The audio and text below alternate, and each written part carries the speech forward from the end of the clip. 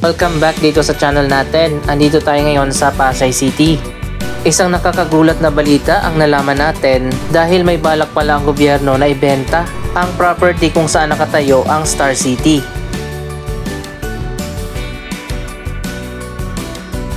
Malapit na palang matapos ang kontrata ng Elizalde Holdings na nagli-lease lang dito sa property kung saan nakatayo ang Star City at ang Manila Broadcasting Company. Hanggang sa year 2026 na lang pala matatapos na ang kontrata.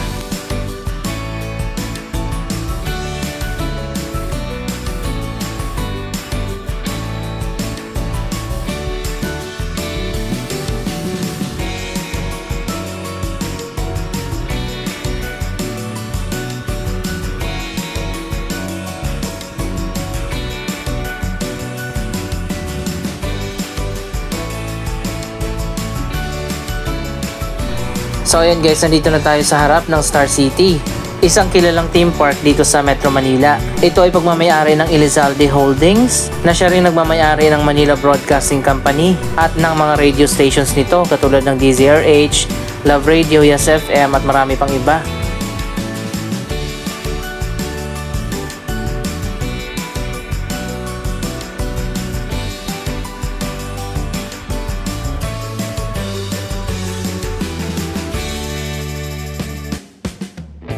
Ayon pa sa latest update, mahigit 2 taon na lang pala at matatapos na ang kontrata at mapipilitan na magsara ang Star City at ang MBC dahil ibebenta na nga ng gobyerno ang property na ito.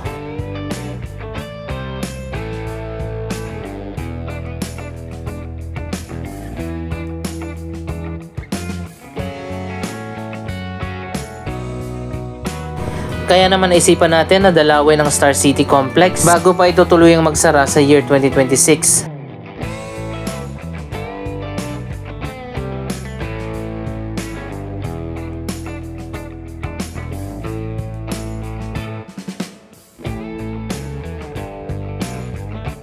Ayon nga sa latest update mula sa Department of Finance, may balak pala ang gobyerno na ibenta na ang property na ito na may lawak na mahigit 3 hektarya. So ayan guys, silipin muna natin dito sa loob ng Star City. Andito pala yung food court pagpasok mo mula sa entrance.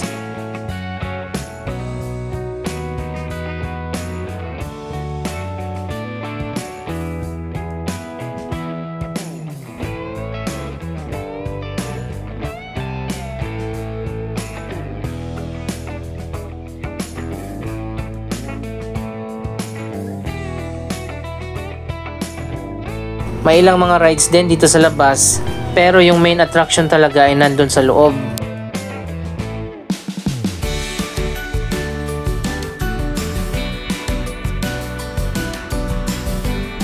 Hindi na tayo papasok doon sa loob ng Star City. Sinilip lang natin ito bago pa tuluyang magsara sa year 2026.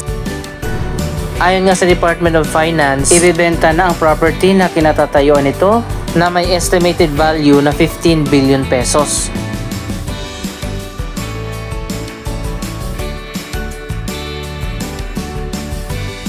Isang property na ito na balak ibenta ng gobyerno bilang bahagi ng privatization strategy ng Marcos administration para tumaas ang kita ng gobyerno na hindi na kailangan pa na magtaas ng tax.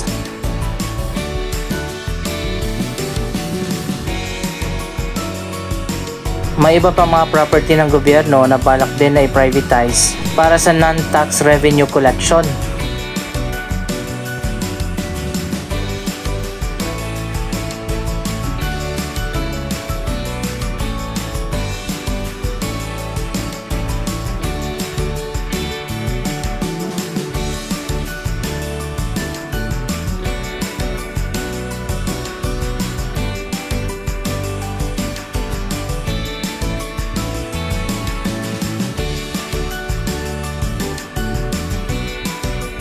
Siguro familiar naman kayo sa Star City at iba pa mga facilities na nakatayo dito katulad ng Aliw Theater. Dito rin matatagpuan ang radio stations ng DZRH, Love Radio, Yes FM at marami pang iba. Pwedeng gawin na business district ang area na ito kapag naibenta na. Dapat SM Ayala o Robinsons ang makabili para tayuan nila ng mixed-use development at nang sumigla ulit ang CCP complex.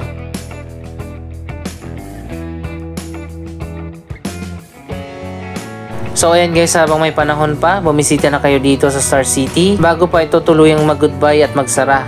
Saan kaya lilipat ang Star City?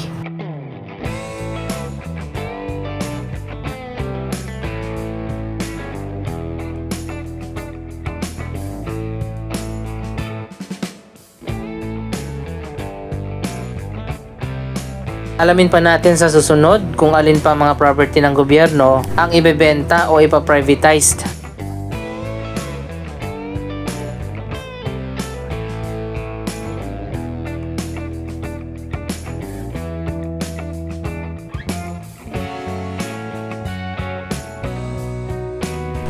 Ang CCP main building naman ay nagkakaroon ng major rehabilitation.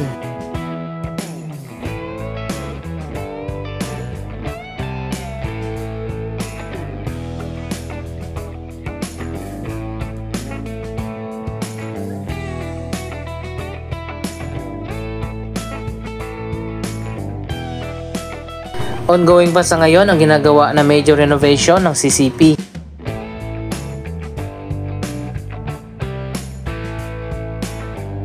Punta naman tayo dito sa may seaside area.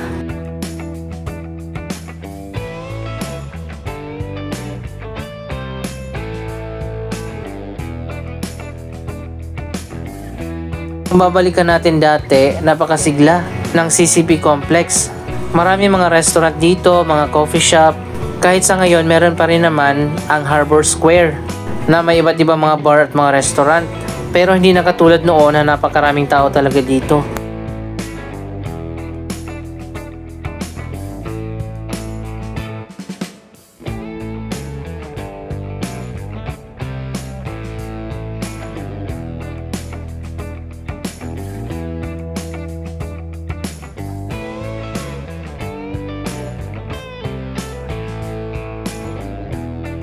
Abangan din natin kung sino ang makakabili ng Star City property at kung anong bagong project ang itatayo dyan.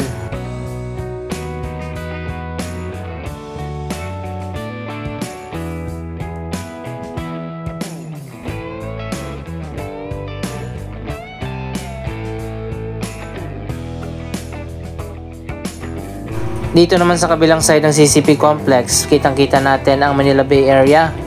Nandito ang Manila Yacht Club, kaya maraming mga yate dito.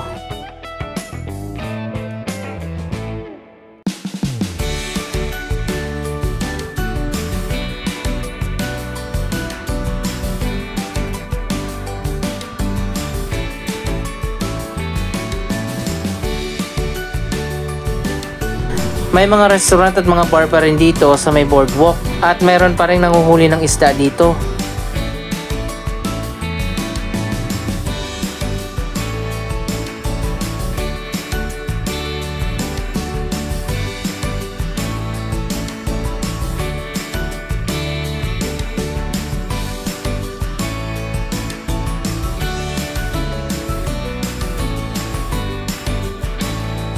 Andito na tayo sa Harbor Square. Isa itong two-story commercial complex na merong dalawang main building.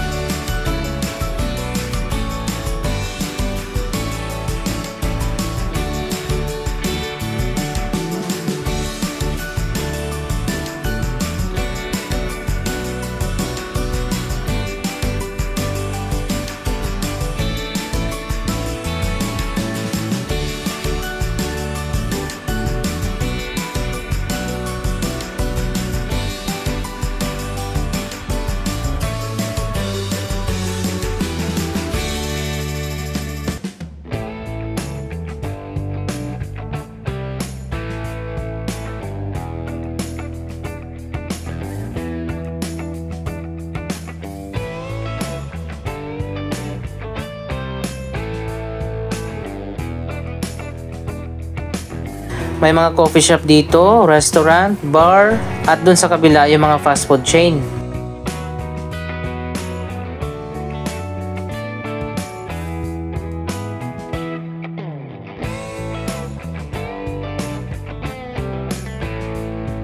Marami din namang tao dito lalo na sa gabi.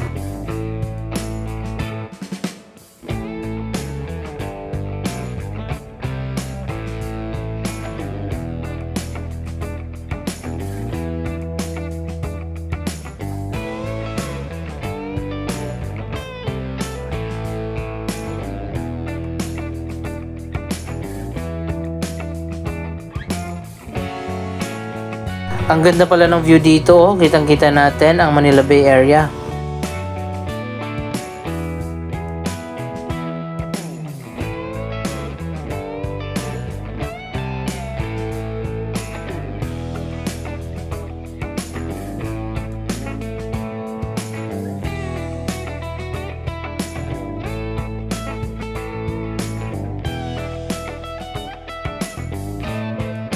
Malawak itong area ng CCP complex at marami mga vacant areas dito na hindi nagagamit. Ilang beses na nga na-call out ng Commission on Audit, lalong-lalo na ang GSIS na may mga property din dito na malalawak na bakante lang at hindi nag-earn ng revenue.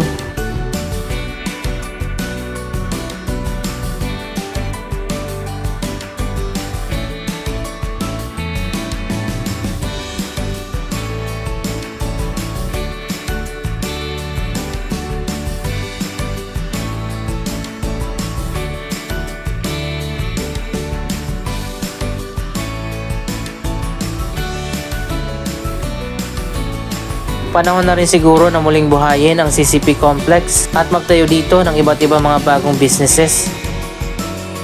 Pwede dito ang Techno Hub.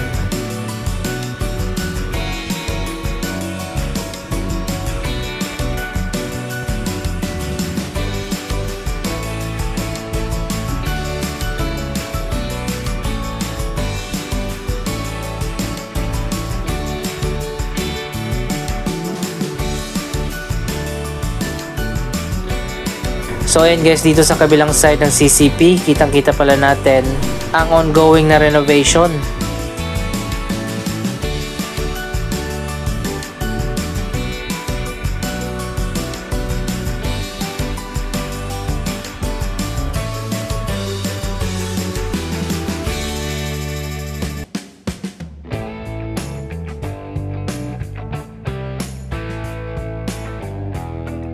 Ito yung isa sa mga sinasabi ko na mga vacant na area na dapat sana ay nag-earn ng malaking revenue. Marami pa dito sa kabila, pati na doon sa may seaside.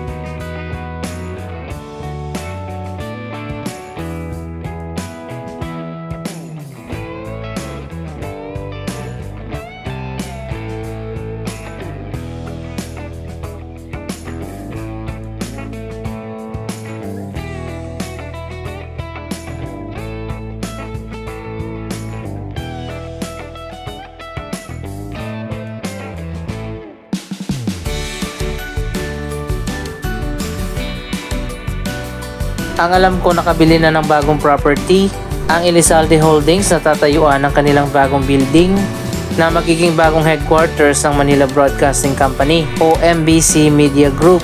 Somewhere in Taft Avenue yata itatayo yung bagong building nila, pero hindi ko pa alam sa ngayon ang eksaktong location. Ang Star City naman, ano na mangyayari, saan nililipat yan? Kailangan ng malawak na property na lilipatan ng Star City.